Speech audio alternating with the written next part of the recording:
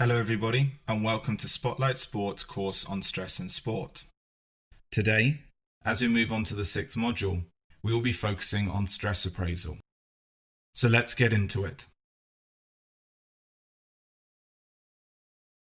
To first understand what appraisal is, especially to many who have not heard the concept in a sporting environment, it is pivotal to be aware of the processes that occur in athletes on a regular basis in different sporting contexts. For this, it is useful to understand the process which they all go through and the different primary and secondary appraisals that will help become a predictor if similar situations occur in the future. We will then focus on helping you see whether a player deems a situation as challenging or threatening, what this means, and how it can affect the individual. It is important to know what way a player will appraise a situation, so you can help influence them in the correct way in order to elicit higher levels of performance. And finally, it is vital to be aware of how important positive appraisal is on an athlete. The relationship between seeing a situation as a challenge and higher performance levels is significant. Too regularly, players see situations as threatening or harmful, and neither coaches or parents notice this, and therefore performance eventually suffers. We will go through these points today by first of all understanding what stress appraisal is. We will then break this down by first showing the process of stress appraisal, before separately defining primary and secondary appraisal. We will then finish by connecting this to sport with the help of a few examples. The more we learn about the different components of stress, the clearer it becomes that understanding the elements that influence athletic performance can help coaches, athletes, and even parents help provide individuals with the correct psychological training. This also helps with preparation to prepare properly for a variety of stressors and maximize performance. As we have talked about previously, athletes are under constant stress, whether it is in training or a competitive environment, up against an opponent, or different difficult situations of varying relevance to the athlete themselves. For this reason, it is incredibly important to be able to understand the internal goings-on within someone before and after they feel stress. One of those processes is an individual's appraisal of a situation. Stresses have provided us with an obstacle we have to respond to. In order to understand our psychological and physiological response to such a situation, we must appraise the scenario as either a challenge or a threat. Appraisal, as written on the slide in front of you, is an individual's own interpretation of the stressor in relation to their facility or capacity to handle it.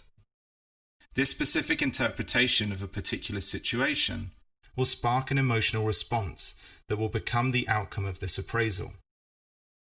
If someone personally deems the situation as too demanding, and they are in fact unable to deal with the stressor, an imbalanced appraisal is created, and they will therefore experience a stress response. This will mentally and physically create a ripple effect of symptoms that ultimately affect the individual's ability to perform at the same level as before. Stress appraisal is not always controllable. It is sometimes an unconscious process that happens based on our own subjective view of the situation and our own personal belief in ourselves to be able to rise to the challenge. This is because every person is different, and therefore our appraisal of the situation, maybe despite being exposed to the same stressor, will not be the same. Take running against Usain Bolt in the 100-meter race. He is the fastest in the world, the current world record holder, and multiple gold medal Olympian. For some, to be in this situation it is too difficult. They cannot beat him, and therefore failure is imminent. Whilst others might see this as a challenge to take on the fastest in the world and either hope to beat him, maybe even get close, or at the very least learn a bit about his running technique or style that sets him apart from everybody else. How would you see this situation? It is incredibly important for an individual to understand how their stress is appraised. By having a much clearer appreciation of their appraisals, an individual is able to gather information about the best methods to handle stress. Being able to understand what type of appraisal you have for certain situations becomes important in not only being able to predict certain athletes' responses to similar situations, but also find techniques to reduce stress once it has occurred. The cognitive appraisal theory, as you see on the slide, breaks down how someone appraises a situation internally when an external variable, or as we've called them many times a stressor, is presented to us. During the process of appraisal, we go through two major stages: primary and secondary appraisal. Primary appraisal evaluates the situation based on its relevance to the individual and then its significance to the person's overall well-being. Secondary appraisal relates to the evaluation of what can be done to manage, control, or cope with the situation or stressor. Combined, primary and secondary appraisals result in us taking on a position of stress. If we end up perceiving the situation as a challenge that we ourselves can control, the situation then gives us the opportunity to experience more positive emotions, and therefore increase the likelihood of us performing more towards our optimum level.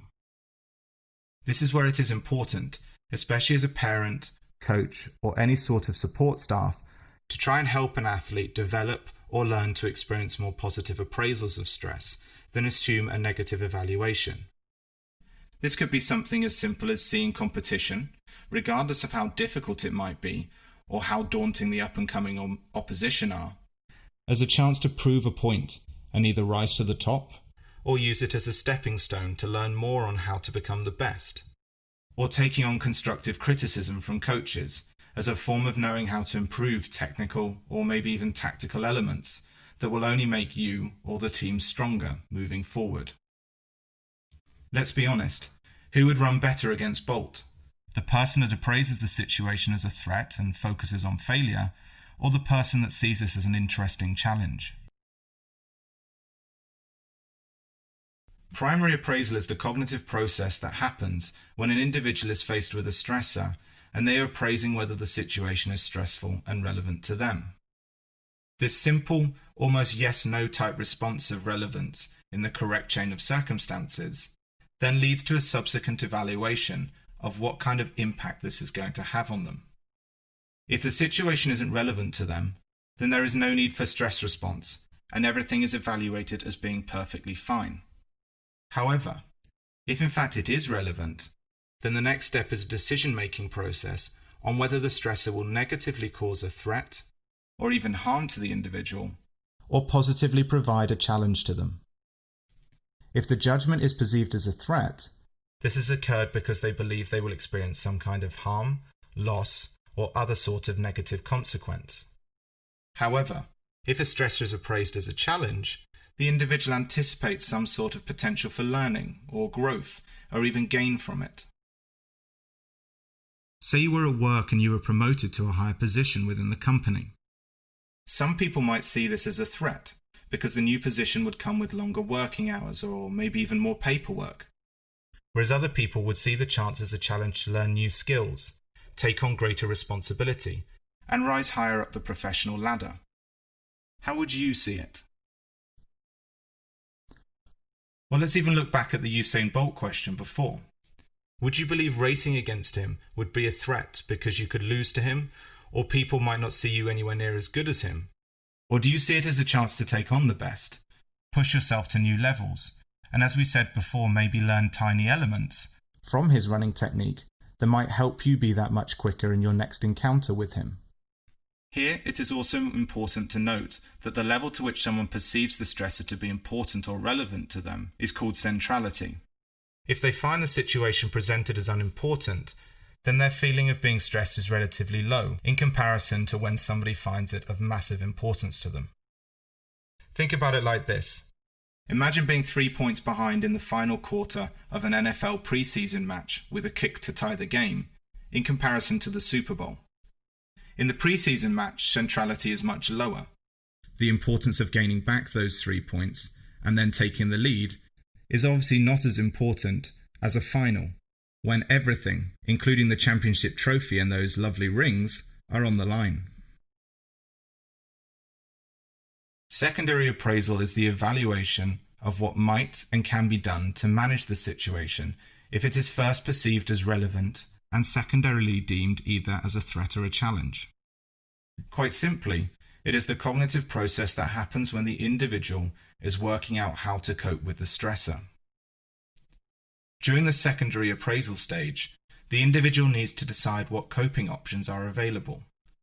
A more dangerous or harmful situation demands immediate evaluation, because it is the process of happening or has already occurred, whereas a threatening or challenging event allows a person more time to collect information about it.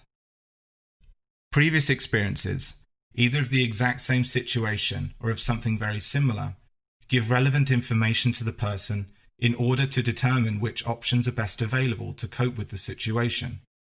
Such as playing in front of big crowds previously helps to know how to appraise the same situation, but maybe this time at major tournaments.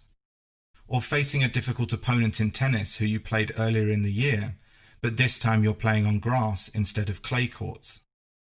Once there has been an initiation of whether the appraisal needs immediate attention or not, the person then begins to decide whether the threat or challenge is controllable. When there is belief that the situation is under control, there is obviously a lower level of anxiety felt. But before someone can reach those more natural levels, they have to go through 3 appraisals. The first, is this controllable by me? If the answer is yes, then the stress response occurs immediately, with a much lower level of pressure put on the body. If, however, you cannot control it, the second appraisal is, can it be controlled by others? Basically, can you rely upon someone else to help manage the situation?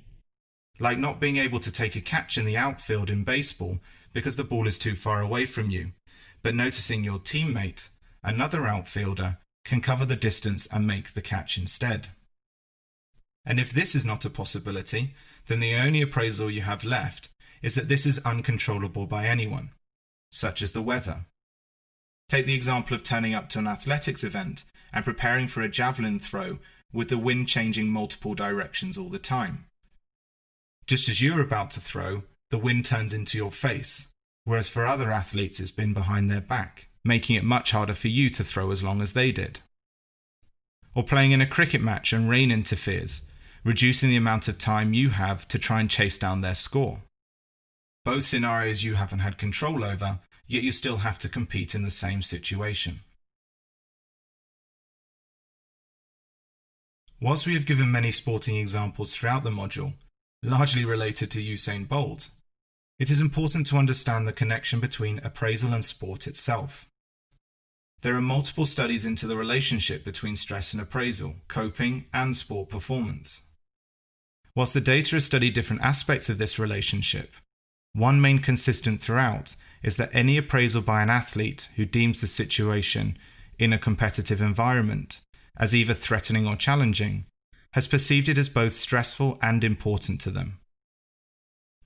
And those athletes that appraised the situation as a challenge saw it as a positive experience which resulted in better performance.